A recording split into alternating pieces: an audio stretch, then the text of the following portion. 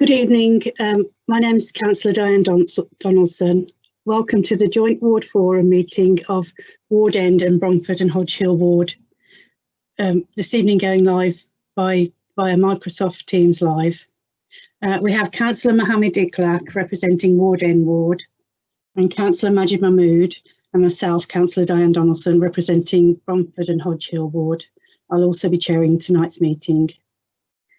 This evening's guests include Darren Sher, Assistant Director for Street Scenes and Parks. We'll also have Ron Williams, Housing Development Officer for the Planning and Regeneration, who will be answering any questions on the Parks regeneration, and his assistant Emma Bradley. We've also got Kevin Gibbon from Kia, who is here to answer any questions on highways. This evening's broadcast is via Teams Live. It's an online meeting platform. The meeting is being recorded and will be available for future record. Residents are requested to use the live chat box to submit queries, comments and questions to ward councillors, which as chair I'll relay to the relevant councillor. Tonight's agenda will cover street cleaning, parks, highways, and Councillor Mahmood is hosting the questions and answers session. Residents can ask councillors questions on other issues that we have not covered in the agenda tonight. Okay, to start off then, I'll introduce Darren Sher, the Assistant Director for Street Scenes and Parks. Hi, Darren. Well, let's see whether this works. Good evening, everybody. So yeah, I've been asked to pop along tonight to talk to you about street cleansing and just give you an update of where we are and what we've been doing with the current operations. I think it's fair to say that it's been quite a difficult year this year with a number of activities, and but we have been able to maintain the existing workforce. They've been coming in all the way throughout the current pandemic. They've turned up every day. They are out on the streets cleaning and working with residents still that are doing clean ups on weekends. But it has been tough, and we have had to support refuse collection colleagues whenever we had issues with either people self-isolating or being sick themselves. So sometimes street cleansing has suffered less activity because we've had to transfer one or two members of staff onto refuse collections to maintain collection services. What we have noticed this year also that we have had an increase in fly tip rubbish around the city, and the numbers have gone from around 400 at the start of the year to around 600 to 700 inquiries coming in, and that is a mixture of hotspot wards. And unfortunately, the wards that you're covering are one of those areas where we have seen that increase in additional fly tip areas. What we have done so far this year, which we haven't been able to do in the past, we've put some extra crews on this year and started last week in around here to start clearing leaves on streets that are coming from pavements and parks and falling onto the streets. So we've got some extra crews there, and we're just about to recruit and bring on some extra crews to do some fly tipping removal and dedicated on fly tipping. So we'll have some extra crews out to bolster the existing teams that are out there. In summary, really, it has been quite a challenging year.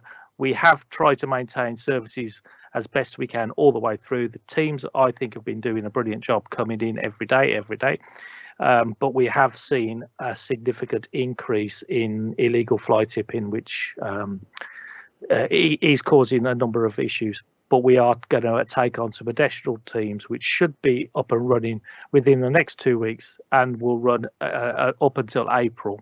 dedicated on collecting fly tip, and they will concentrate in the top 6 ward areas. And unfortunately, or fortunately, whichever way you look at it, Bromford and Hodge Hill are one of those hotspots that we will be concentrating on this extra resource.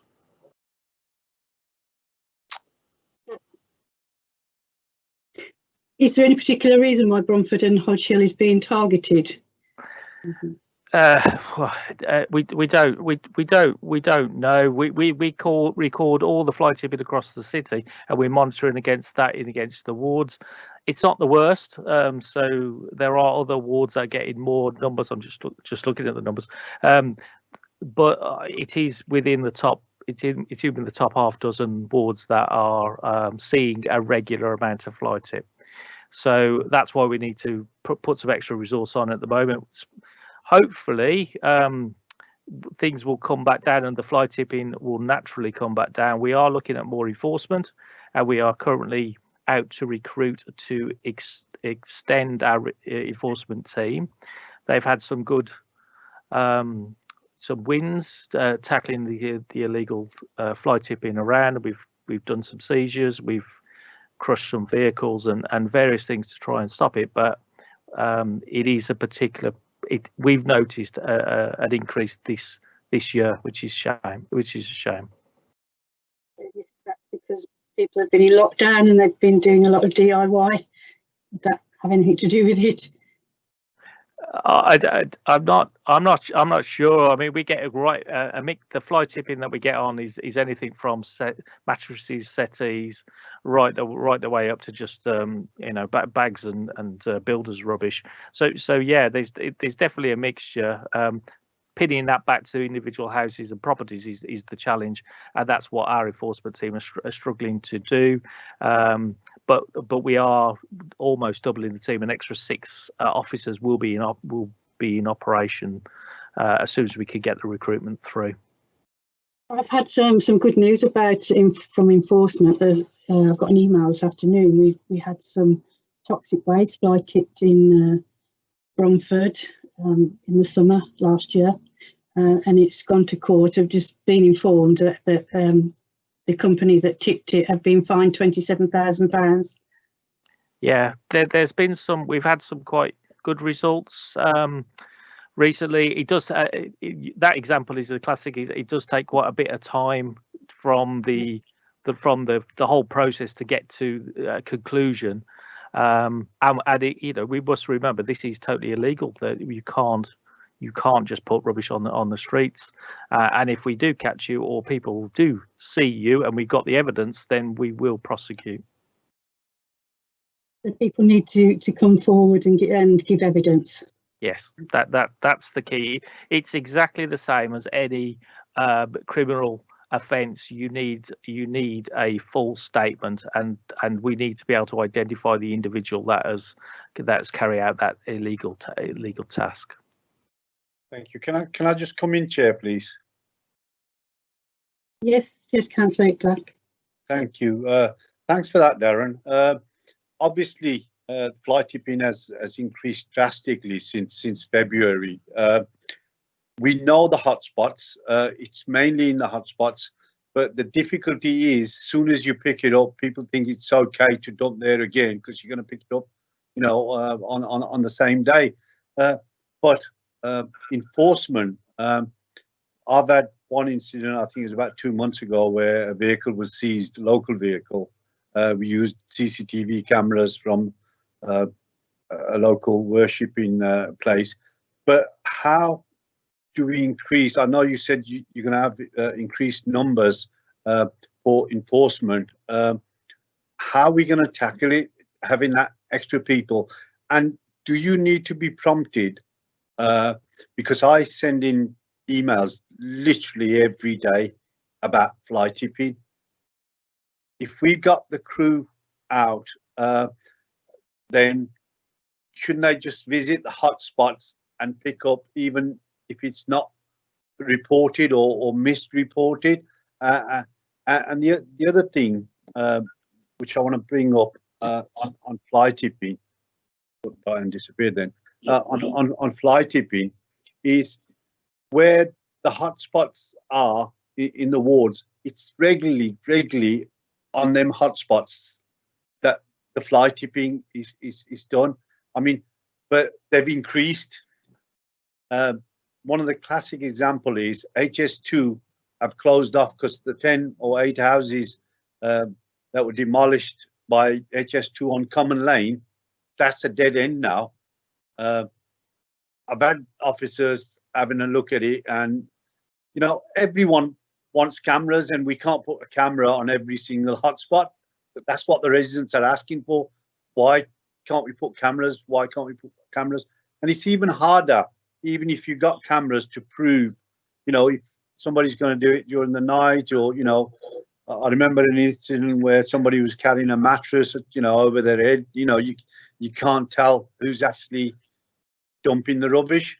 So what actions are we going to take with these extra enforcement officers to tackle, unless we start penalising people who fly tip? I don't think it's going to get any easier. Can I just stay with Darren on parks, or are we just staying on street scenes? Street scene for the moment, street cleansing. Okay, okay, thanks, Chair. Do you want me to go back on those now? Okay. So you are right. You are right. The issue on regular fly tipping hotspots is a challenge. Is a challenge for us all.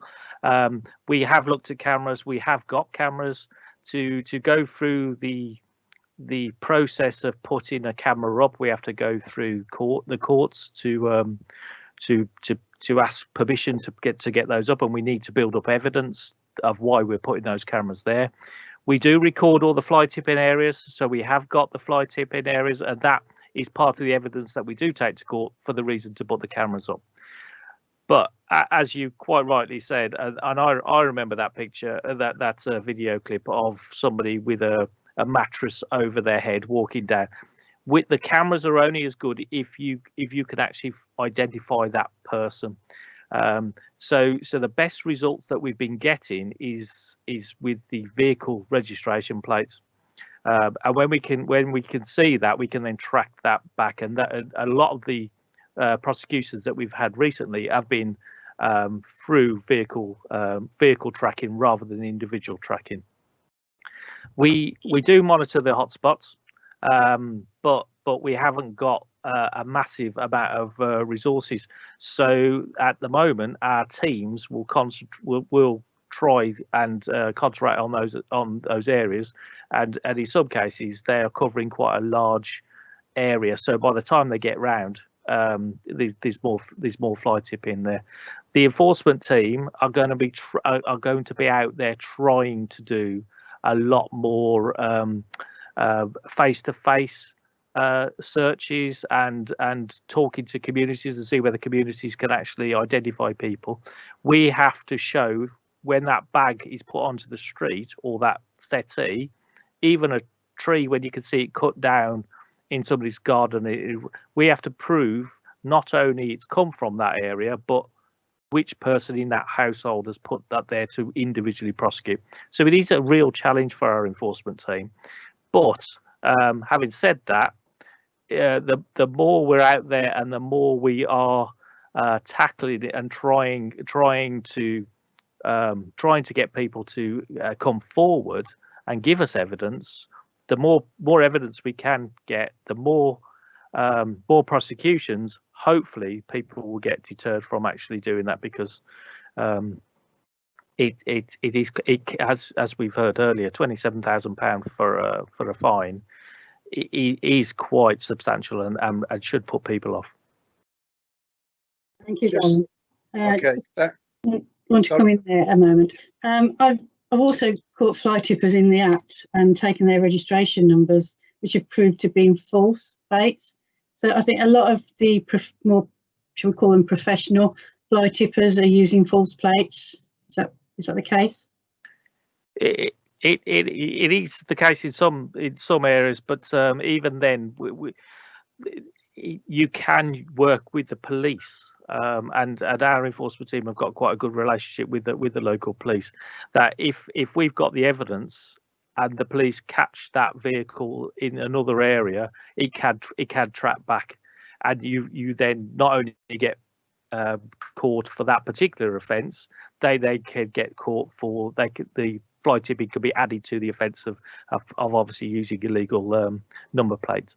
So so there is something we could do, but yeah, that we are constantly fighting against people doing things that we must remember is totally illegal and shouldn't be tolerated.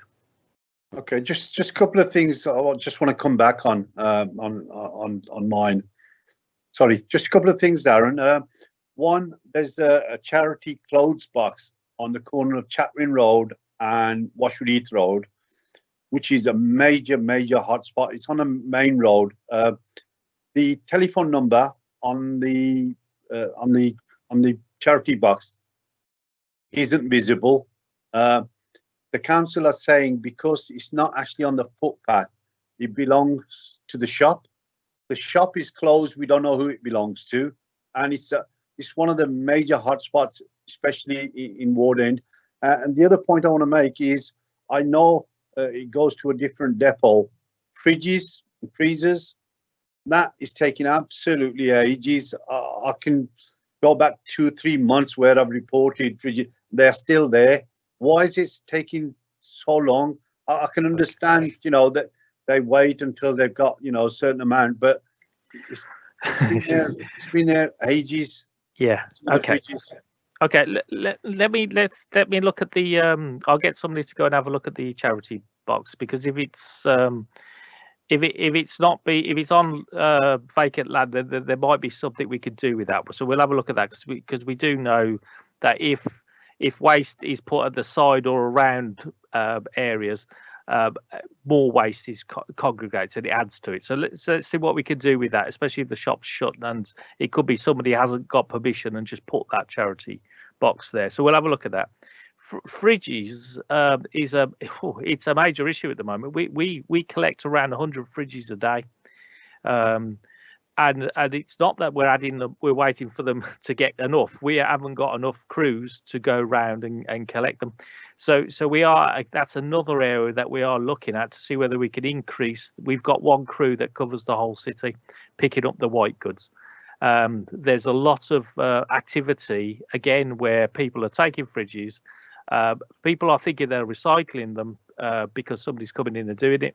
They're taking the motor out, and then they're just dumping the carcass on the street. And our crew at the moment are picking up around 100 fridges a day. It's on the increase. But again, if you want to send me the locations, I can see whether they make sure they're on our list, and see where they are on the collection program. Okay, I've got a question off He's asking, would dummy cameras be an option as a deterrent? Yes, absolutely. I think they're very clever. Some of these fly tippers, and they do test things and they do recognise it. We have tried dummy cameras in the past, and we haven't. It works for a bit, but people recognise and work out that ways around it. So it is a challenge. We're finding that the AMPR cameras are our preferred route, because there is a definite thing we can do there, unless we can identify people and put it almost out there as a most wanted option to say, do you know this person doing this? Because some of the camera shots are quite difficult. But yeah, we have got dummy cameras, but they have a short-term span really, where people realise that nothing's happening, so the dumping then continues. There was a question about grass blowing on the pavement. Yes, I've got a question about grass blowing off pavements. So the grass cuttings aren't being cleared, but they're being blown onto the pavements, and that's causing problems for wheelchairs, for prams, etc., bikes. So it's clogging the wheels, and then when they're taking the wheelchairs into the home, it's creating a mess basically. So a few residents have complained about this. Okay, I'll take that back, because we don't collect grass cuttings. We cut 29 million square meters of grass every time we cut the grass, so it's quite a lot of grass to collect. So we don't collect it, but their expectation of the team is that they leave the pavement clear, and that is either blowing the grass back onto the grass verge itself, or into the channel where the road sweepers will come and clear it.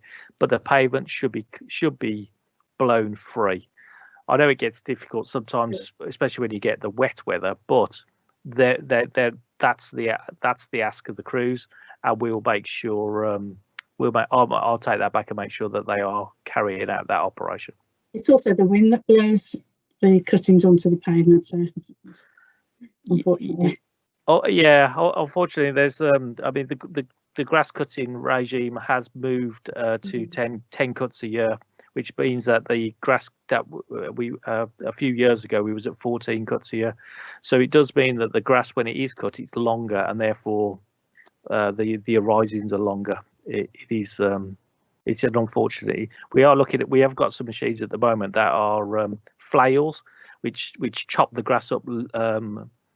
And we've seen that those have been quite a good success. So we just rather than rotaries. So we'll have a look at that. I'm getting quite a few requests through from Alan Rock, but just to clarify, this is can I come in? Yes, that's Mahmood. Yeah, thank you, Chair.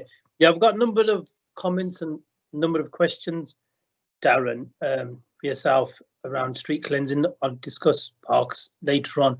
Although with parks, I just want to raise the issue that on a number of occasions we have requested litter bins for parks, and we've always been told by officers that there's no budget. But I noticed on social media today another councillor in another locality managed to get some litter baskets placed into 4 or 5 locations in a park in the other side of Hodge Hill. So not Hodge Hill, in Hall Green constituency. So just wondering if there's any update on the budget around the litter baskets in parks, because as you mentioned, there has been a substantial increase in footfall in parks, which brings with itself litter as well. So people are taking that and not disposing of it as they should. So if you can let me know around that. The questions, we've had a number of questions. The chair's gone through them, but I was going to pick them up anyway. With Brown, there's an issue over waste bins. We've had this problem not so much in Bromford and Hodge, but in Ward End and in Alum Rock, which has been mentioned. And that's something that, you know, I think elected members and officers can speak to the owners of those bins to ask them to move them into a location which doesn't obstruct the pavement. That's something that I think we can flag that up to Councillor Idris and Councillor Mariam Khan, although I think she may be on maternity leave, to speak to the businesses and, if need be, speak to the officers. On that, I've had this week I've sent a couple of emails to the complaints department, and vis-a-vis went to Kevin at Kia around. It's similar to the issue that Councillor Clark brought up. It's but this is not about charity collection boxes, but about an overgrown tree which is basically emanating leaves and it's also obstructing pedestrians. And the second issue was around a private householder whose trees and bushes are overgrown. So again, they're basically taking over the pavement as well. And the response I've had from Kia wasn't the response I expected. Both responses said that the trees healthy and good condition. Yes, I wasn't arguing the the condition of the tree. It's fine. The fact is that it's quite a low. It's a new tree, so it's quite low. So the branches are coming onto the street, which is basically, if someone like me, I'm like more than 6 foot. When I'm walking, it's hitting my face, and I think anyone above the height of 5'6" would hit their face. So whether something can be done about that does come under street cleansing. And the other one with the bushes, they did say they would send an advisory letter, which is fine. But I just want to know what, because they also said that they would inform street cleansing. So once the advisory letter is sent and no action is taken, say within 14, 21 days, does street cleansing then take over, or is this something that Care themselves pushes? Around the grass, someone mentioned, I think Mike mentioned around the grass being blown. I've also been flagged up with, and quite concerning actually, because what they're saying is that some of our officers are using weed killer to kill off the weeds on the footpath, which is good, but they're also spraying onto private gardens. Whether it's the wind or whether it's been deliberate, then I don't know, but it's something that does need to be looked into if you can, Darren. And on the fly tipping, I think the fact that me and Diane report so many fly tipping, and we've got some really good residents that also report fly tipping. I think that's probably what's pushed up Bromford and Hodge. It is.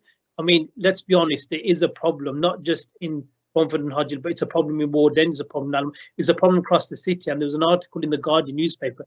It's a problem, I'm afraid, across the country. So all councils are having to deal with that. So, really thankful to Darren and Councillor John O'Shea, who have allocated some additional crews to deal with the problem.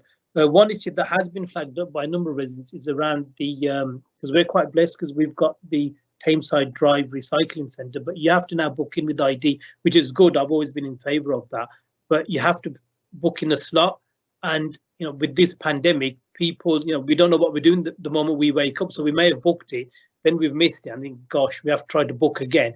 But is there any way now with, well, it looks like the COVID-19 restrictions are going to get worse, not better, if we can go back to, say, 1 or 2 days in the week, which is not a free-for-all, but it's open for people to attend, and you can watch the CCTV to see how the queues are. That would be really helpful. The fridges, what I normally do with the fridges is I try to find 8. When I find 8 fridges, I tend to report 8, because I was told,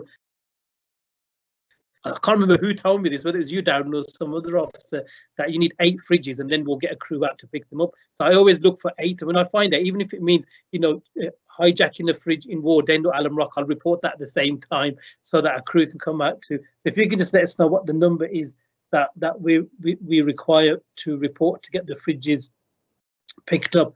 And then really thankful to our refuse collectors and our street cleansers. They've been working magnificently over the pandemic, and I haven't seen many of them wearing masks though. I know masks are risky. I think we should encourage them to wear masks, and they all wear the gloves as well. But, just pass on, from Bromford and Hodge residents, just pass on our thanks to them. And the final point I want to raise, we've got some really, we're quite blessed. We've got some really good community groups in Ward End and in Bromford and Hodge. Doing an immense amount of work with street cleansing, like the Hodge residents group. We've got Furs and Bromford together as well.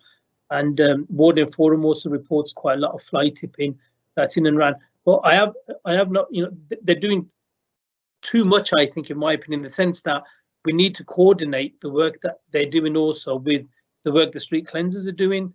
In terms of, if we, for example, because of health and safety, unless it's changed, because of health and safety, I know like the grass verges in the middle of the carriageways, they can only be, the street cleaners can only come out on the Sunday because of health and safety concerns. We've got a dual carriageway, but some of our volunteers go there on a normal day, which if we're not allowing our professionals to go out and pick up the litter on a normal day because of the risk of traffic, I think these type of things need to be communicated to the volunteer groups as well, because safety is paramount. We're really blessed and really thankful with the work that I do. I'm not discouraging anyone not to do it. I do it myself, my own road. I do a litter pick every now and then with my kids as well, usually on a Sunday morning though when it's quiet. But I just think if we can have some coordination, again, we were supplied with the street cleansing maps about 3 years ago. If you can get arranged for them to be sent to us, then I can coordinate with the volunteer group, say, look, these are the roads that are going to be cleaned anyway. So let's have a look at some of the spot, like a private land or housing land. Sorry, the final thing I wanted to mention, I'm not sure if it comes under your remit because it might be under housing, but you could probably help because I'm sure you're coordinating. A lot of the fly tipping we get reported in Bromford and Hodge around Bromford is on housing land, and they tackle it differently to like the depots. And whenever we report it, a lot of the time they come back to us and they say to us, "Oh, look, we haven't got the resources just yet, but we're working on it." And we'll get a bit like the frustration the council has had with fridges, and we're having to wait considerable amount, much more longer than we would if it was on the pavement. Sometimes I think to myself, why didn't they just fly tip it on the pavement or get picked up a lot quicker than they put it onto the housing land. Obviously, I'm not encouraging anyone to do that whatsoever. So I just wanted to mention that. And there's one more thing which just it's gone from me, but once it comes back to, oh sorry, I've got it. Builders bags, builders bricks, builders material. It's the bane of my life. Hodge itself and Bromford, they're quite developing that. Bromford, because we've now got the flood defence, it's opened the door for everyone to develop their houses, because prior to that it was restricted because of planning. So we get lots of developments in Bromford, and we always get lots of development in Hodge Hill. And the biggest problem we tend to have is the builders bags which are left on the grass verges, wrecking the grass verges. And so the sandbags, sometimes they're a bit empty, sometimes they're full. And we get the bricks. We had an incident in Bromford where we had the builders bricks were left for about 6 months. And in the end, eventually, by threatening legal action, we managed to convince the owner to remove them. But that was on housing land. But I'm talking about more the pavements themselves. But when the workers are coming round on their collection, surely this is something that they should be tracking as well and making a note and letting street cleansers know. And finally, just a shout out also, Mr. Ali has said that Alum Rock Community Forum have done a lot of work in terms of litter picks and reporting the fly team. I think someone mentioned 800 reports in a year or something last year. So thank you to all of them as well who've been working and crossing borders as well for us. Thank you, Chair. You've got a fair few there. I ran out of paper and it's got very dark suddenly, so I can't. Right, I'll try and pick as many of those up. The issue with litter bins and parks, they're quite right. That we haven't got the budget. We haven't got a budget at the moment in parks to keep replacing bins. What we are doing though is where we've got some. We're moving bins around. So where we've got, we've taken them off some streets, and we have, rather than them going to the stores into Montague Street, we have started trying to go in there and pinch those and move them around. And we have got some of the compactor bins that were in the city centre. We've got around 40 of those that we're currently just thinking of where we could best use those, and they would work much better in a park because they've got a compactor. They're solar panel. They've got a compactor function on it. So rather than they didn't work in the city centre because we was in there more regular that we didn't actually physically need them. But we're now looking at where we could use it. So we might be able to help you out with some more bins in the parks because we can use those. So hopefully that will be the play. The issue with trade containers on streets, I think your point that working with the traders to find better locations. They're not all the city. We don't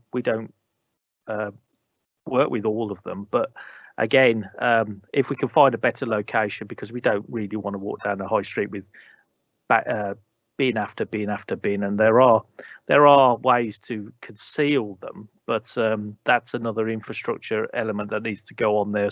So normally there is an alleyway at the back, and it would be much better if we can start talking to shop owners to see whether they can look at it, maintaining them, keep them in a different area. I'm going to get my cricket bat out now and bat off a couple of the ones that you've put towards me. The issue around weed killer in the pavement, that's not us. So that is Kia. Well, it's in on the highways contract. So we will spray greenery. So if there's a grass verge, we might spray the edge of the grass verge and the obstacle of the tree around it, but not the actual pavement itself.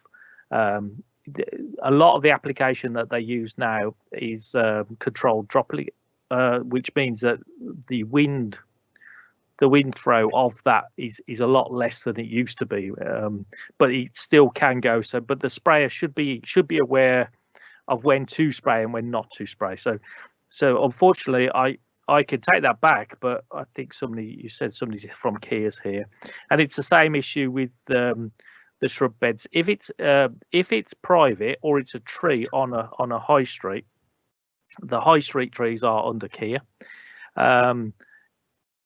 If it's off the high street on housing land, then it's our responsibility. So we would look after it. the process is that the enforcement notice goes to the individual property owner. They get a chance to prune it, to improve it, and free the highway. If they don't, then the Kia, the city council, can go back, carry out the work, and charge the residents for the cost of doing that. So that could be Kia entirely, or we could be asked through environmental health to go in and prune that. So individual areas. What else have we got? So we've got the booking system at HRC. So we brought in the booking system to try to stop the traffic that we've had, and so we can manage the site, so we can control it in a COVID secure way.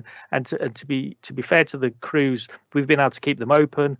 We've had quite a lot of compliments to the way that the team are dealing with it, and it has been proven to be a safe place.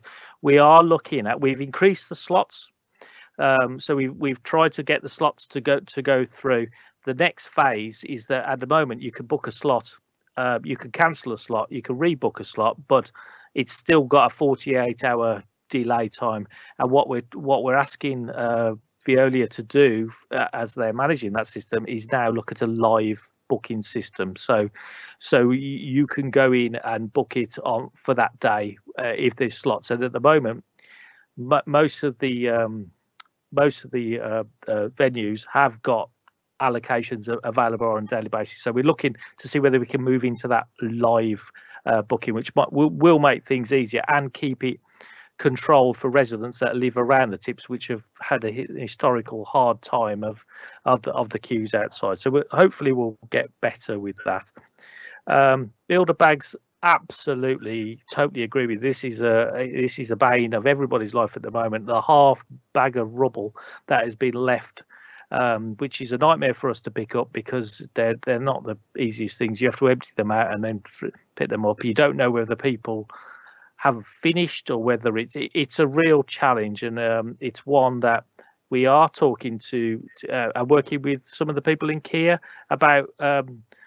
Enforcement, a different type of enforcement, about highway enforcements rather than a criminal waste enforcement. So we're looking at seeing whether we could do something like that, and Eddie Fellows has been very, very helpful looking at that. So we might be able to do something about with that. I'll pass on the thanks to the teams. I think I agree with you. I think Refcol have been absolutely outstanding with their attitude to come into work. They have been issued with masks. They should be wearing the mask at least when they're in the cab. I know when they're outside and you're walking up and down the street, so some people find it difficult to have the mask on and do the physical work that they're doing. But when they're in the cab, they should be wearing their masks. So I'll thank them and remind them at the same time, because I think it is important that we all stay safe. There is an issue on. We go on traffic count on litter picking, so we can do some work on central reservations in the normal 5 day, but it depends on the road. And I think you're right. We could provide some general guidance, because we are totally aware. We are totally aware of the amazing effort that residents make and contribution, and we need to support them by providing them with the information and the support, the equipment, and the ability to take the rubbish away.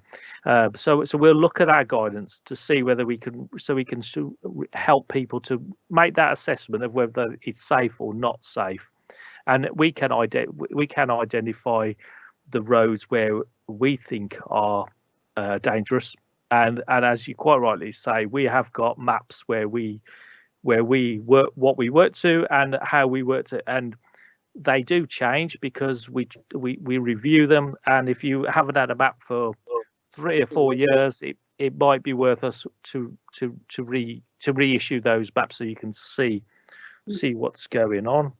What else have we got? Fly tipping on housing land.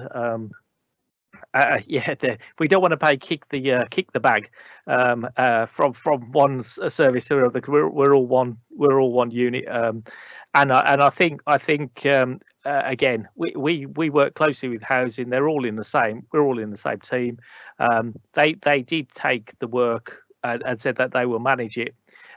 People, when they're dumping rubbish, don't recognise whether it's housing or council land. So I'll go back to our teams and remind them that they just to let us know, and then we can put a general nudge to the housing teams to get out and collect it.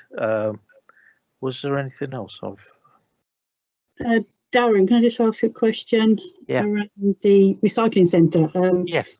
Residents have pointed out that they've been to the recycling centre, not knowing that there was a booking system, but they've seen that nobody's been going in and out, and it's obvious that people are booking slots and not turning up for them. Yeah. Could there be a system where people could wait, and if someone doesn't turn up for that specific slot, they can take that slot? Yes. So we've got a couple of issues there. We are looking at how we can get best use it. We're averaging out over a day around 13% of people not turning up for their original slot. So there is something we could do that. We have planned quiet times as well, because we need time for the people managing the site to actually not spray down, disinfect the steps and the touch points. So people might not see people in the venue, but there might be activity going on because every hour somebody's going around disinfecting anywhere that there's touch points. So it's a little bit less complicated. It's a bit more complicated than I can't see anybody in there. Our aim is to get to a live system. So we've got a mixture of the ability to book, because people are quite enjoying that, and the ability to go, right, I need to go now. Is there a slot? There is a slot. I'm going. Okay, thank you. And my other question was around litter. Most of the litter, a lot of the litter seems to be thrown from car windows, and or groups where cars are parked up and they've eaten takeaways, etc., in cars, and then just thrown the.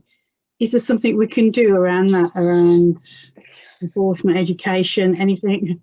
Well, again, that's literally if we can catch somebody and we're there, then it's on the spot fine of £70.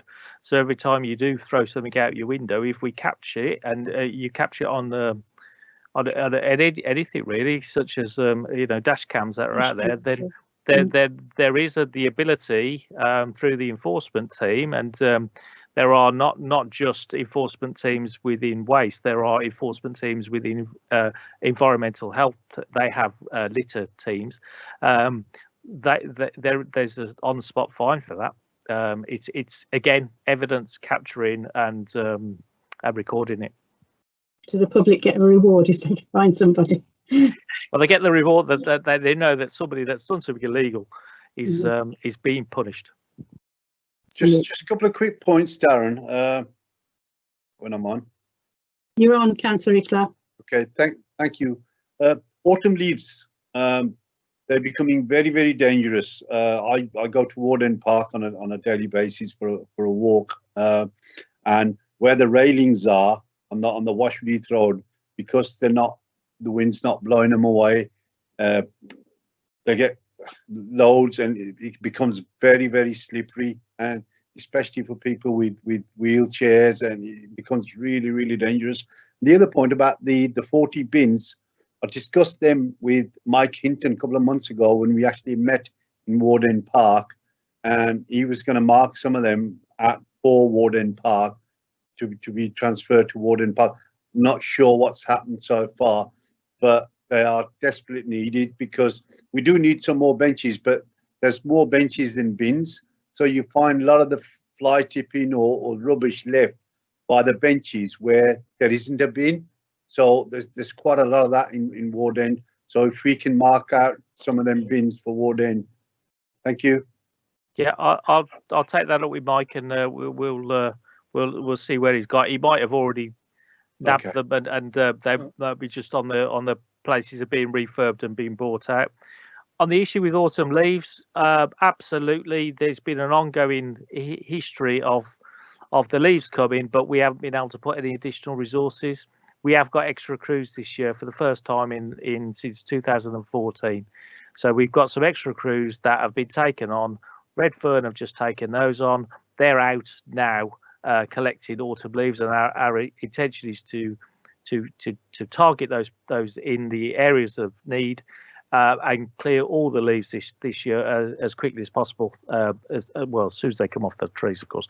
But hopefully by Christmas we should be leaf free. That's our intention. Regarding leaves, some households don't have a green recycling bin, and they have grass verges with trees on. They'll collect the leaves. Is there any way that the council could take the leaves off them? They've got no way of disposing of them. We did a scheme a couple of years ago where if residents clear their street or clear those areas, then we will collect the leaves as part of that process. Again, it's us all working together as a community and a council, that if people are out clearing areas and as just been discussed, those leaves when they especially when they get mushed up and then you get a little bit of frost on them can be quite dangerous. So if we want to get them up as quickly as possible, so if residents are collecting them, then we will come to the residents and collect those leaves. If they've done a part of a street or outside their house and various places, we will collect. Do the leaves need to be bagged up in a particular type of bag, colour? Well, the way that we're doing it with our crews is that we're trying not to use bags, but we recognise that with residents, how can you not? You can't just have a big pile. So if they are collected in normal bags, we'll have to split the bag and empty that because obviously the bags can't compost down where we want to compost the leaves down. Yeah, thank you. I just reported today, Darren, just going on from what Councillor Mahmood said about hedges and trees overgrowing. I've reported some on Thornton Road today where there's a school, and I've seen the photographs. I've sent the photographs with it as well, and to actually walk on the footpaths. So if you can follow that up, what you've said about warning obviously the tenants or the residents whose garden it is, and if that can be done, that'd be fantastic. It has been reported by myself. Brilliant. Again, it's the initial response is the street, the Kia's street wards, so that they're out there. They will do the assessment on the pavement and they will serve the notice, and then if they don't complete them, then we could go into action. So if you've emailed that in, I'll make sure that is at the right place. Thank you. Okay. I don't see any more questions on street cleansing. There's no more questions. No. So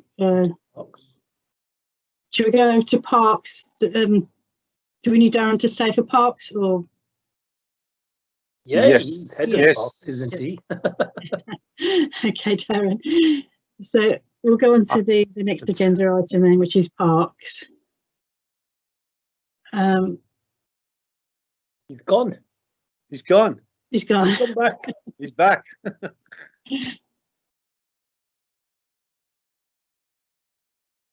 Yeah, just on the parks, before you start, Darren, we've got a draft master plan for Stetford Hall Park using some Section 106 monies, and we've also got a proposal for a pocket park on the Bromford to hold community events and some in the play area. And we're also looking at, once Environment Agency has have completed the flood defence in the Bromford, that they're going to reconstruct the park that they removed all the items from as well. Just if you can add on to that, because this will form part of the consultation as well today. We've got Ron and Emma here as well from Regeneration. I was going to say, do you want them to go first, and then I'll pick up any maintenance issues? If you want to go first on the parks itself, and then we need to bring them in on the Bromford regeneration aspect, because that forms the two parks form part of the large picture, because there's also proposed around Berrendale Road as well.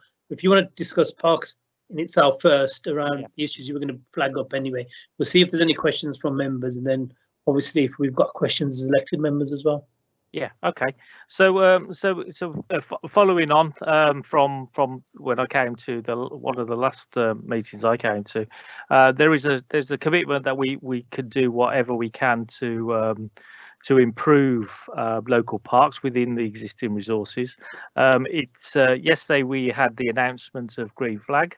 And of course, Ward End Park was one of those ones that the city submitted and has been successful in retaining. So that that's a big acknowledgement to the community side of it, because obviously there's a massive commitment community to Ward End, and that's recognised. We again, it's been a really challenging year for us.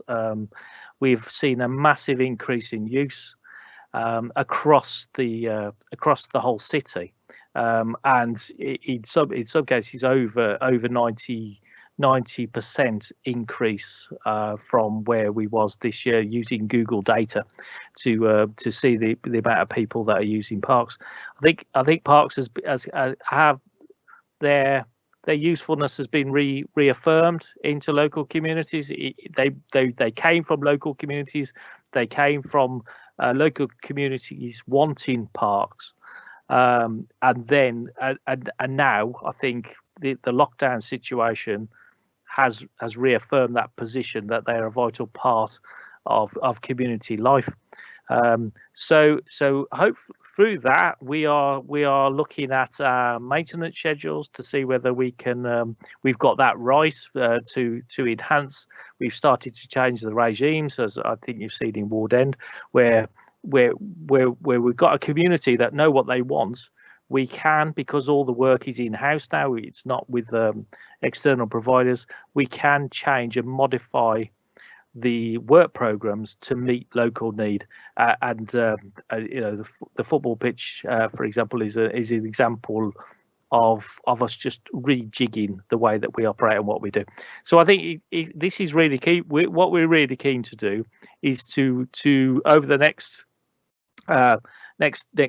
few months, next few years, is really start to look at local parks, what they do, how they fit within each of the communities, and whether we've got the maintenance regime right, or whether actually the maintenance regime is a historical one and needs to change to reflect current uses and needs. So I think we're at quite an exciting point, really, where we want to get people involved in the active management in our parks. So are there any I've got no questions on parks. If this Councillor Clark, would you like to? Few things. Okay. Hello. All right. Thanks, Darren. First of all, can I thank you for all the work and the staff. Ward End Park. I use Ward End Park literally every single day. So you know how many people. I mean, it's split into shifts. If you go at different times, you've got the morning lot, the afternoon, and the evening guys. Absolutely fantastic for people like Jabs FC, for the football pitch. I mean, the kids really love it. The cricket nets, which have been repaired, even in this weather, used on a regular basis. You know, from morning to evening, you'll always see both sides of the net. The artificial pitch, which was put in Majid and Diane's era, just before they left, in the summer, absolutely fantastic. You know, people phone you up, can we book it, can we use it? So absolutely brilliant, the amount of work that's going on. I had an email, I think you was copied in, reference volleyball pitches. There's been some work done. They were getting quotes, but the last email I had, don't know, I think it was from Bob Churn. So they're supposed to start the first phase in the very near future. I've given, I think, number of weeks. That will be absolutely fantastic. But as I said, more benches are used. What people are requesting now is, because they actually go and people starting to have picnics there, and that's where a lot of the fly tipping, if you like, or the rubbish, where there's no bins. If there is any benches anywhere in the city, I know we haven't got the budget, you know, with the tables. So rather than people, I've seen them in a lot of the parks, just 4 or 5 in the park. That would be absolutely fantastic for the community. If you can just make a note of that, please. Yeah, Chair. I think you make some very valid points, and this is what I think we need to do. There are benches with picnic tables built in a number of parks, and some parks don't use them anymore. So I think what we start to need to do is look at it in the whole, and start to move some of that infrastructure around, and recognizing that, you know, Ward End has seen a significant lift, and that's brilliant, and that's what it should be. It was one of the major Victorian parks that was put in place for the benefits of the local community, and we do need to embrace that. And it might be that we have got an underused picnic bench somewhere else, and why not move it around and see whether it works. And of course that needs to come with a bin, because you're right, we've seen a number of areas having, especially over the summer where the weather was so beautiful, picnics seem to be on the increase, and people not going out. So, and if we can't travel, then why not look at the beauty of our own city, because we should be there. So I'll have a look, see whether we can move any benches around, and see whether we can find anything. And yeah, we are a bit behind on some of the work with our contractors, because they've been doing other work that's been delayed, and all the COVID issues. But the work is programmed, it is planned for, and it will be completed. Thank you, Darren. I'd just like to clarify about dogs in parks, the rules and regulations about dogs and multiple dogs. There's people that are doing it as a business, and they're taking a lot of dogs out at a time. Yeah, we have got some. There are dog wardens that work for the city, and there is a change in regulation.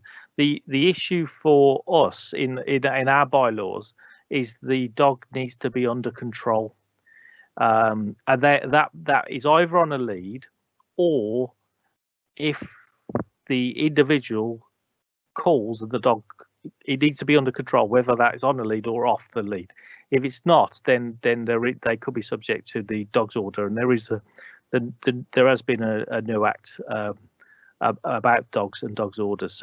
So our request and what we are saying is that the dogs should be under control. Okay.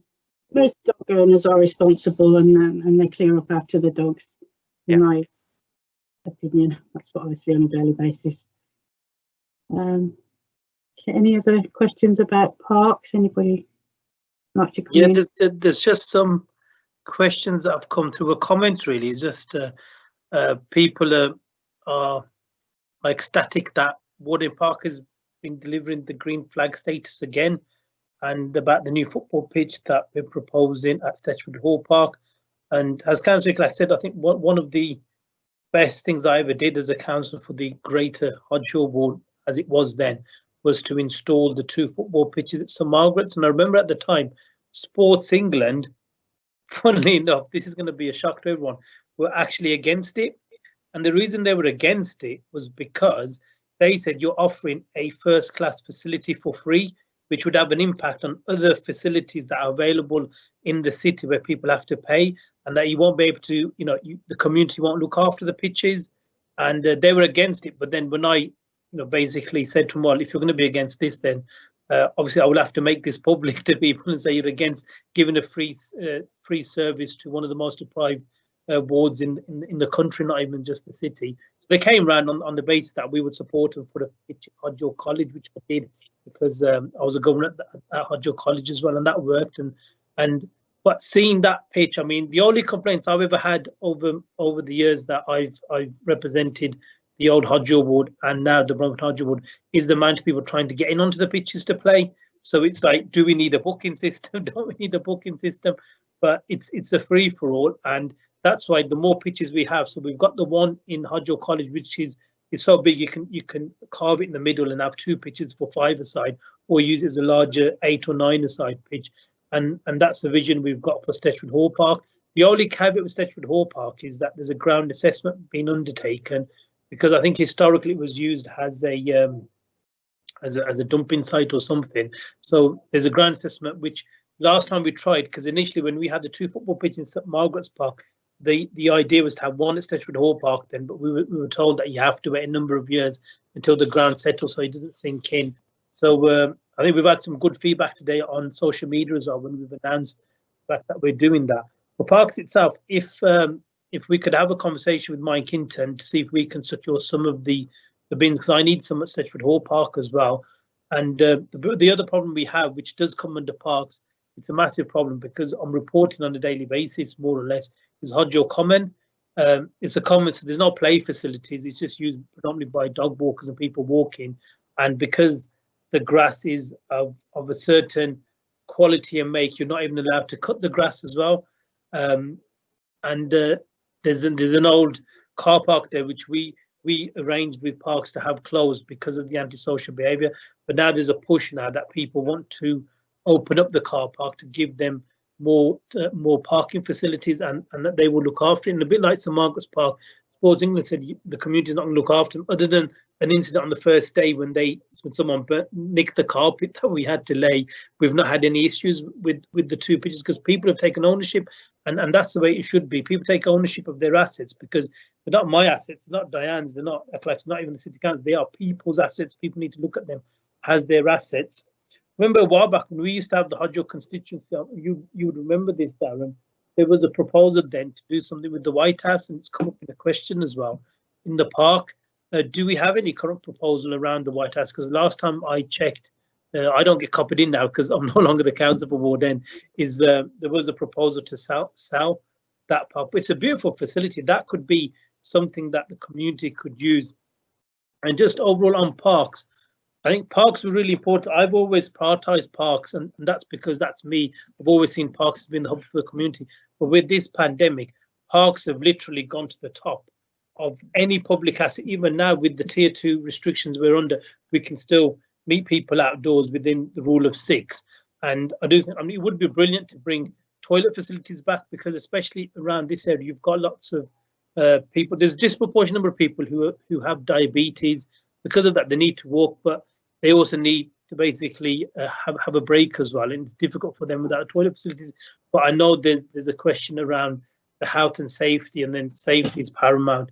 But whether there's some sort of balance we can do where we can bring that back in, I'll leave that. On the final one about the dogs, because I'm helping Darren out here, because I'm a member of the Licence and Public Protection Committee.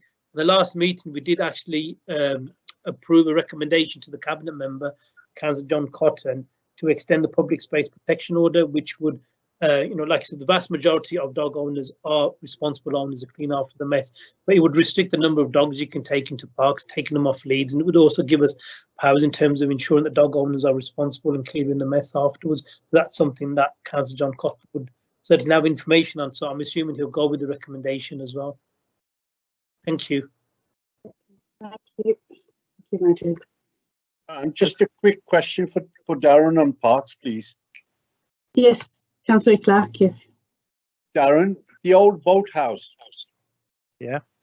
Any plans for that? That's been closed. I've never seen it open for years and years and years, and everybody keeps telling me, oh, it's massive inside, and that we could have loads of facilities. Is there any plans for the boathouse? So, well, right, okay. So we've got the White House and the Boathouse. Now, but what if we start with the White House? The White House is at the moment it's not in parks, which is unfortunate, but it is within the neighbourhood area. So I'll have to go back and find out what the long-term plan was. But again, I mean, it was the district office. It's been a number of things over the years, and it is a great facility that we can't. I remember when the resource centre was at the back as well. So it has been utilised quite widely, and we need to come to a better solution rather than just watching it all fall to pieces, which is not good. And it's the same with the Boathouse, really. That there was plans to try and see whether we could lease it out and get somebody interested in turning it into a cafe or do some. We are constantly open to ideas and requests or suggestions from community or from local people. We do have a commercialisation request at the moment that we do need to go through the appropriate process. But if people have a vision of what they want to that facility to do or what it could do, then we have the ability to change things.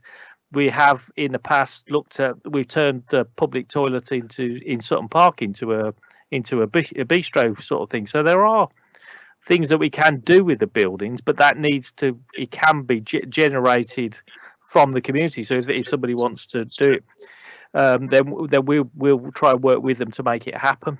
There are obviously hoops to go through, but again, this as Councillor Mahmood said, the parks are for the community and need to serve the community, and that changes. It changes through generations. So we just need to make sure that what we've got in the parks now meet the needs of local communities now.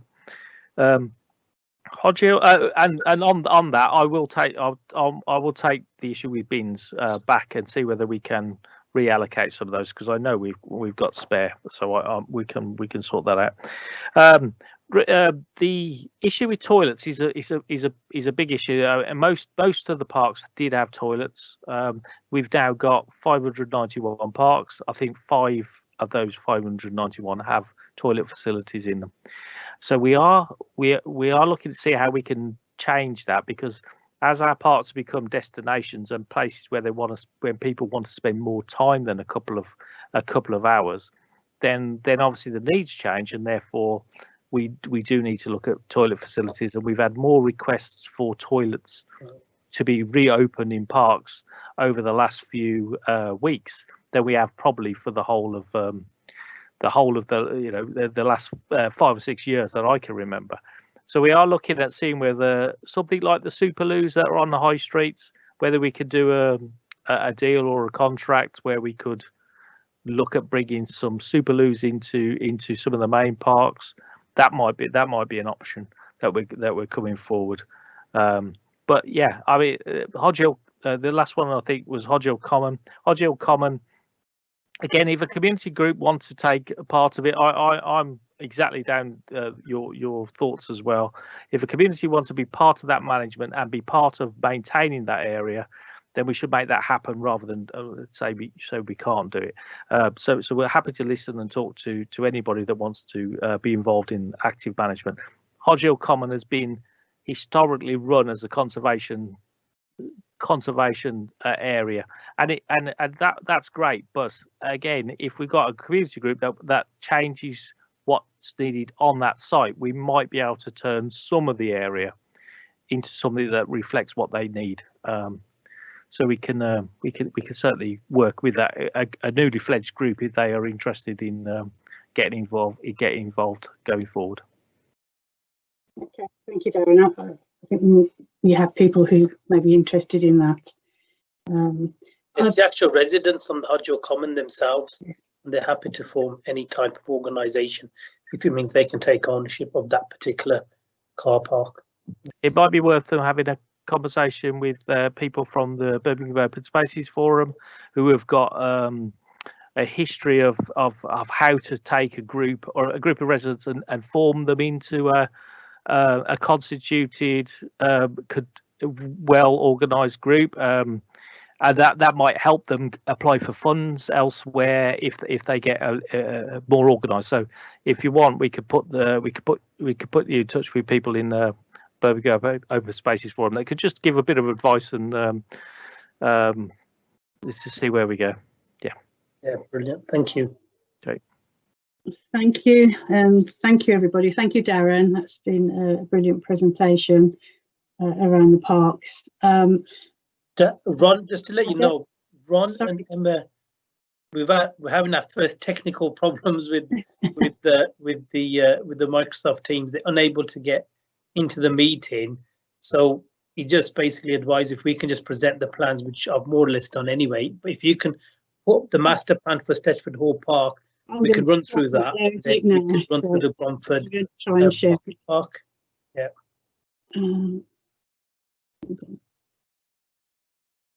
Yeah, so basically, I mean, I'll run through this. All of this is subject to funding, the bulk of which we think we've secured through Section 106 from the old Bromford Sports and Social Club and the old Bromford pub on Bromford Lane as well. And that should be sufficient for the large majority of the plans that we have in place. The biggest one being obviously the football pitch. So it's marked out in 3 different places. It's because the ground assessment is taking place. So we're looking at the best possible position for that. We were looking at the 2 spaces inside in the middle, and then around that there'll be a walking circuit, because when we carried out a reconnaissance mission on the park on several days, there's a number of people who cycle and walk around that part. So we want to make that more easier and more comfortable for people to walk and to cycle. There's also a proposal for some adult gym equipment, because we found with Bromford Drive Park that the people that go for walks, they always like to also go onto the gym equipment as well. And again, with COVID-19 and everything, we don't know how long that's going to last. This is something that would be very, very useful going forward. So subject to the ground assessment report and subject to the funding, because we have to pay the fees, etc., for the survey, and we have to pay maintenance.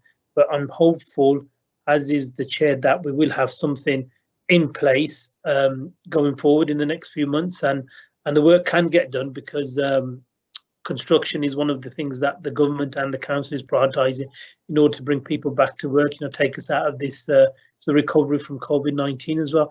And going forward, there will be, this is part of the consultation, there will be consultation with the householders who immediately back off onto Stetchford Hall Park as well, because obviously we want to take them all on side and we'll take in their views. So there may be some adjustments based on the feedback that we get from the householders who are living next to the Stetchford Hall Park. There's a bit of land next to it, which is the old Bromford School, which we understand may be going to housing, and housing, I've got a proposal in place for building of some social housing going forward. So that doesn't form part of the park. The proposal is the park and the adjacent car park with it. So if there's any questions, I'm just looking if there's any questions from residents on this. No, just 2 upset officers who can't get into the meeting, unfortunately. No, so there are no questions. So again, but this will come back in our regular Bromford and Hodge Ward Forum. We'll bring this back as well as we get more and more of the information from officers. But this draft master plan, we've been working on it now for a few months, and this is the first time we've shared it with residents, and obviously it's open to residents to consult with us and let us know if they're happy with it, and if this is that gone onto the. I've tried to upload it. Has it come up? Yeah, it's come on. You can see it. It looks really good. Right. So we've still got the old car parking space as well. So we're looking into that. There'll be a dawn and dusk park similar to St Margaret's, where there's not going to be any floodlights, because that's always one. People aren't happy who live close by. So also there's an increase of antisocial behaviour where there's floodlights. So there's no proposal for floodlights as such. It's to bring about a better play area as well for the kiddies as well. So it'll be something for the children, and there'll be something for the adults alike. I think if this comes through, I think this is going to be brilliant for the area. And again, the only problem we'll have is people trying to get onto the football pitch, as we had at St Margaret's. And the good thing about the location of this is opposite, you've got the Tesco car park as well, which has got ample spaces for people to park their cars as well. So there shouldn't be any issues with parking. I think they're all delighted with this, Chair, and there's no question. So I mean, the feedback's been really good on social media as well. Yeah, Any negative comments at all. So I'm really pleased with this. Should we move on to the Bromford, the proposal? We've got the draft proposal for the site of the old Warstone Tower. I'll try and upload that one now. Just bear with me a second. Has that come up? Yeah, that's come up now. So, Okay. so this is near to the shops on Bromford Drive, and where you've got the trees at the front, that's the village hub area, which is currently grassland. So it's just a matter of like putting in additional equipment to make it look better and make it easier for residents. So there'll be some benches and some fences, etc. And we'll maintain the greenery as well. And next to it, you've got the play area, which is that roundabout type of structure, the purple, the blue, and the orange. And there'll be some, again, consultation with residents. We want them to come forward with what type of play equipment they want. And there'll be a path going through. And where you've got the 3 arrows, that's a ramp that we need to have for workmen who are going to be working on the flood defence, and for contractors to have access to. That will become a permanent feature. But the good thing is that will also double up as a ramp as well for cyclists, because it comes onto the cycle path. So at the rear of the area there next to the flood defence, we'll also have a cycle path. Again, we've brought this into the forum a number of occasions in the last few years. That cycle path eventually will lead into the city centre. And, you know, unlike other areas where there's been lots of residents up in arms about losing parking space, etc., we're quite blessed because we've got this piece of land in the Bromford which would help us help with the cycle path going straight into the city centre. And obviously, you know, everyone needs to look after the planet. We've had 900 deaths per year due to bad air quality, and this would help somehow in bringing people out of their cars and hopefully onto their cycles. But don't ask me to cycle because I can't remember the last time I cycled. Also, it links up with with Castle Bromwich cycle, Yeah, which links into Shardem, Kingfisher Park. it goes straight to Solihull as well, doesn't it? Yeah, and you can go as far as Hay Mills, I believe. Then we've also inserted a fence and gate. If you look at the large building behind that, because there is a gap between the old neighbourhood office, which is now in private hands, help in terms of securing the area for the shopkeepers, customers alike. But it's I mean, if you remember what it would look like, we've still got some pictures, haven't we, Diane? We should have bought them as well and uploaded them, so you'll see the difference. And again, timeline for this is all in the hands of the Environment Agency. With COVID, everything has been delayed, but the work will start soon, hopefully this side of Christmas, if not definitely on the other side of Christmas. Similar with Stretchford Hall Park, there's a question from Mr. Ali, anticipated start date. Again, we're waiting on the results of the survey. Once we've got that in, we just want to start. I mean, we're hopeful of getting this all done. You know, so this time next year, you'll have a pocket park here in Warstone, on the site of old Warstone Tower, and you'll also have refurbished, revamped Stretchford Hall Park. And then we've also got, which we haven't got a master plan yet, the old Bromford Drive Park. And a number of questions from residents outside of this forum. That will be put back in the position it was, more or less, before the Environment Agency needed the site for the installation of the flood defence. And we've been promised some funding where we can get more and better equipment, because some of the equipment, it passed the health and safety at the time we installed it, but it wouldn't pass health and safety because it's more stringent now than it was before. But that park will come back in the manner it was and better. And there's a proposal around Berendale Road, see if residents, because we've consulted on that area before, if residents are with us on that, we can have a look at bringing in some play equipment there as well, and possibly a walking circuit as well, because and one of the things I have noticed, especially with COVID-19, the more and more people are walking now and want to spend more time outdoors. So I think one of our priorities as a ward now, myself and the chair are in agreement, and I know Councillor Icklack has got the same vision, is to prioritise our parks and open spaces to try to do the best that we can to improve the lives of our constituents.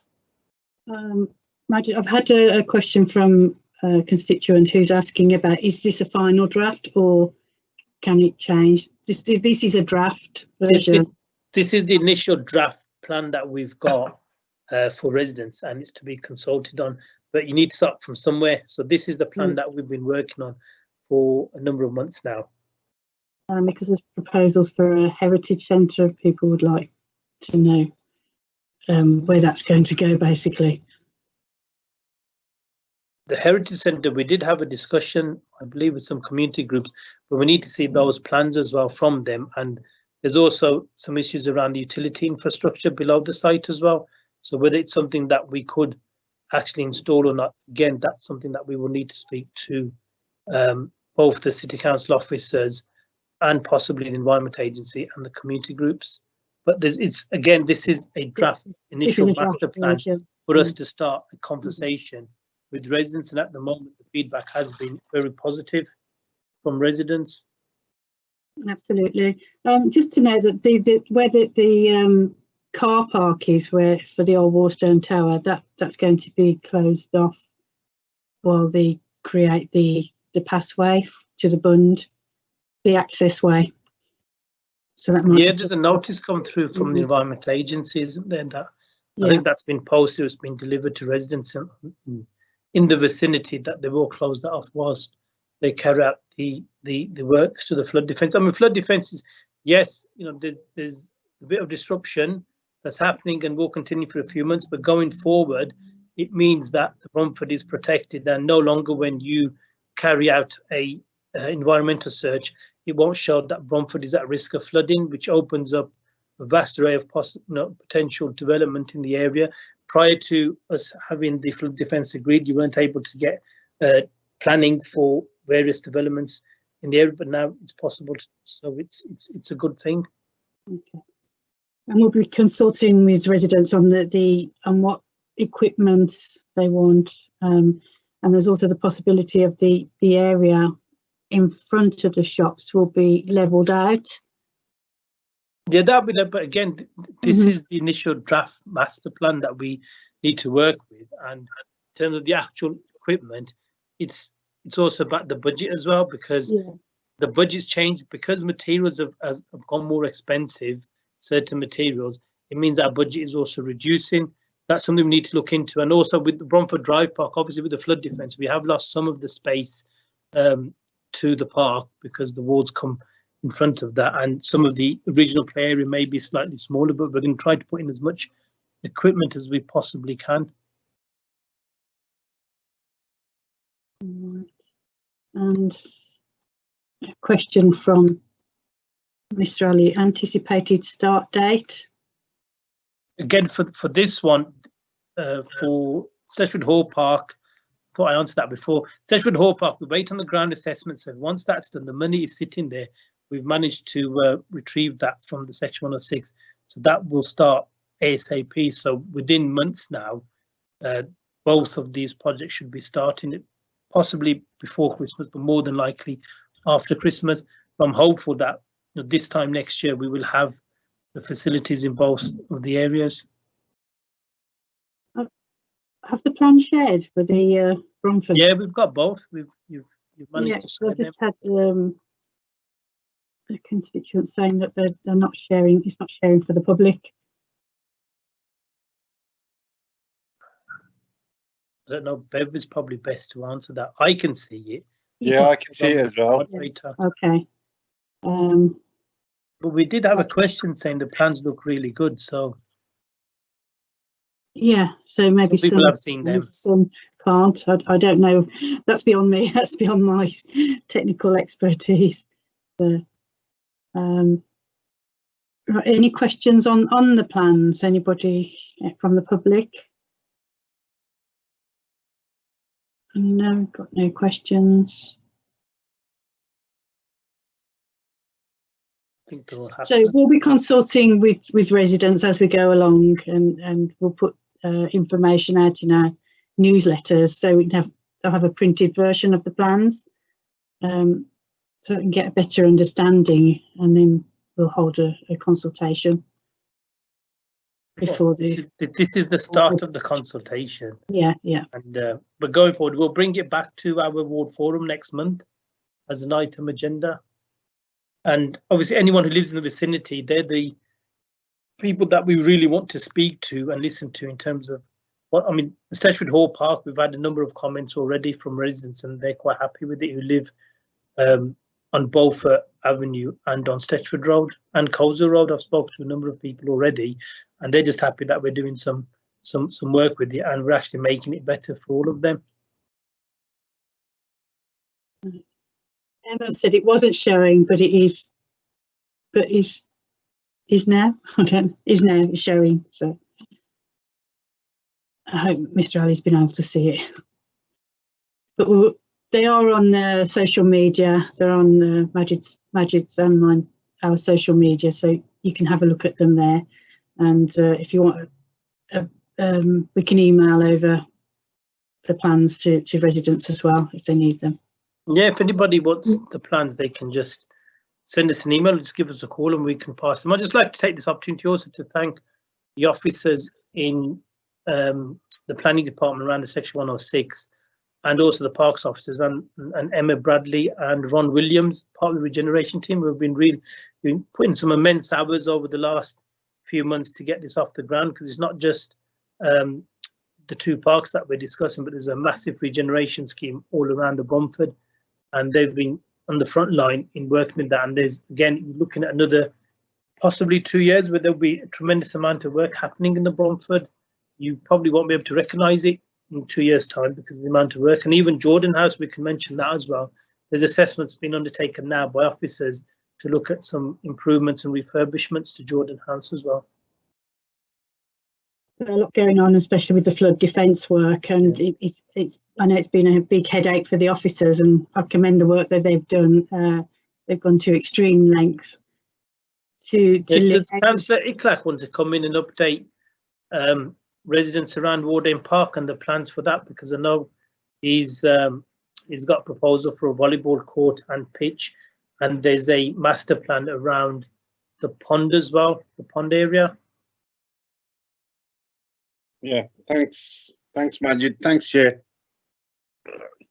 Yeah, there's plan obviously during the summer months and really up to about the last couple of weeks.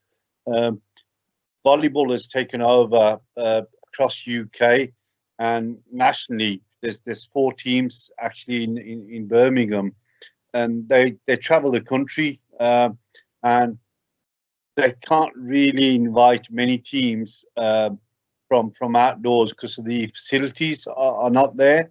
So the good news is Mike and Bob Churn and John O'Shea, we had a meeting in the park with some of the organisers of the volleyball teams. And the good thing about that is they're encouraging youngsters, you know, taking them off streets and really getting them involved in sports facilities. So, you know, I've gone there and there's 3 or 4 nets where they've got the youngsters actually training, bringing them into the park for the sports facilities. So it's actually fantastic news. Obviously, volleyball's not going to start until next summer now. But hopefully the work on the 2 courts where the old bowling green was in Warden Park, it's going to be in 2 phases. I believe we haven't got enough money to complete it all. We will have the grounds marked out and the AstroTurf pitches laid down. But what they wanted was the cages all the way around, which if we've got the money, Bob and Mike said what they might do on the far side as you're looking at it from the footway and the benches, you've got hedges there anyway. So what we're thinking of is at the first phase, once we got the pitch, if we can have the cages on one of the sides across where the benches are, that will do for now. And the second phase, we'll have the cages all the way around. Just on the, I know I mentioned the cricket nets, but I was promised an extension to where the bowlers are, because once the volleyball pitches are there, there's a chance that the cricket balls will end up in the other court, because the cages only go halfway to stop the ball from on the cricket. And on the development plan, the long-term plan for Warden Park, I haven't got it to hand to actually put on the screen, but the plans are absolutely fantastic to have an outdoor gym and a cafeteria, and maybe, who knows, years ago, if you remember, we used to have boats in the pond. That'd be absolutely fantastic, and people are really looking forward to having that facility. So it's really good news. Some of the money or the funding is from HS2. So hopefully we'll know more soon after Christmas what the plans are. As we said, I will keep updating all the people through these forum meetings, which we must encourage more residents to actually participate and take part in. So some fantastic news, especially for the parks. Thanks, Chair. Just before we round up on parks, I've just got one last question from Mr. Ali. Plans for the old tennis courts at Warden Park. Young people are playing sports on the concrete surface, which is a health and safety risk.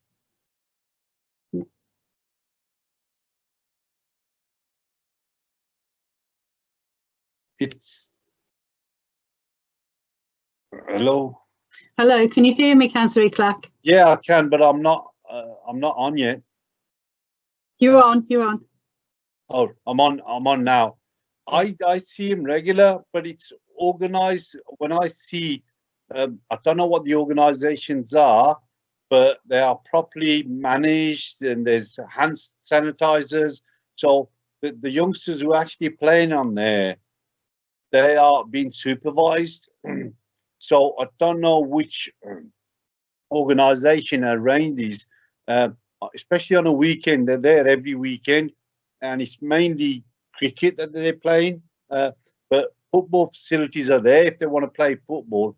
They don't have to play on them tennis courts, and they shouldn't be. They've got enough facilities there in the park for the cricket. You've got the cricket nets.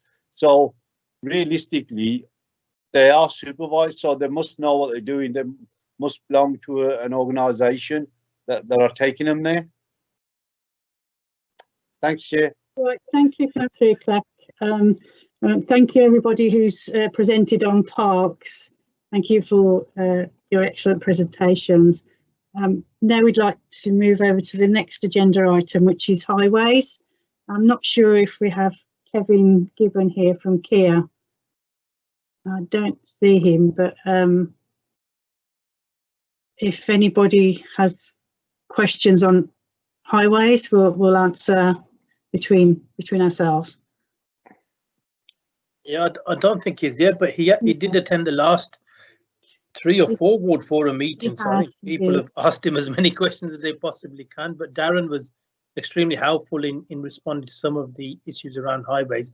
All I want to add is we've completed the pedestrian handrail, which was part of the Iron Lane Works project, and there's still some bollards that need to get installed outside Pure Gym, because people are using the access way next to, it's not an access way, it's just a drop curb next to the traffic lights. And I've got a walkabout either next week or the week after with our local engineers to look at the installation of some bollards. I think Rivermead Park, Radstock Avenue, Asham Close, they're already in the pipeline to have some bollards to stop some illegal and inconsiderate parking. So if there's any other locations, I'm going to be sitting with the chair next week, and we'll sort them out as well. So again, we'll invite Kevin to the next meeting as well if there's any updates. But if there's any questions, just feel free to email us. Yeah, there's no questions on highways, but I've just had a comment from Kashif going back to the parks. He said my kids are using them on weekends for cricket, organised by Chance to Shine. Oh, brilliant! I've heard of that organisation. That's okay. Oh, is that in Ward End Park, or is that that's in Ward End Park. in Ward End Park? Well, there you go, Councillor Clark. That's possibly. I'm sorry, I missed all that. I thought it was on mute. I think didn't hear any of it. It's a comment from Kashif, and he says, my kids are using them on weekends for cricket, organised by Chance to Shine. Chance to Shine is the name of the organisation. Right, okay. Okay. I think I know one of the guys that runs that, and I'll give you the details later on, Okay. and you can speak to them. Because should we? I think we've covered. Highways ourselves. Agenda. Are there any questions from anyone regarding any issues outside the agenda that we haven't covered? No, I'm not seeing any. Give them a few minutes in case they've got questions. Yeah, I'll give them a chance to, I mean, to the type. agenda items have covered more or less the Yeah, that normal covers queries we tend to some get. things, But if there's yeah. anything else, I mean, we'll give it 2 minutes for people. Mm. You know what will happen? It'll be like It's buses. You don't refreshing to see have a one, all of a meeting sudden you that see loads. It's sort of refreshing to have a meeting that doesn't mention COVID.